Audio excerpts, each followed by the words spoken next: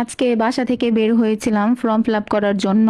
আর ভেবেছিলাম কলেজ পুকুর শান্তি জায়গাটা আপনাদের ভিডিও করে দেখাবো, কিন্তু ফর্ম ফিল আপ করতে গিয়ে আমার অবস্থা খারাপ।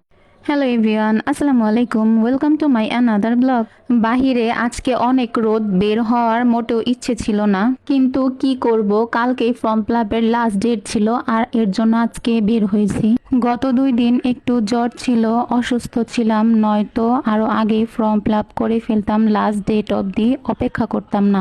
আর হাতে একদম টাকাও ছিল না, সো যাওয়ার পথে এটিএম বুথ থেকে কিছু টাকা তুলে নিয়ে গেলাম।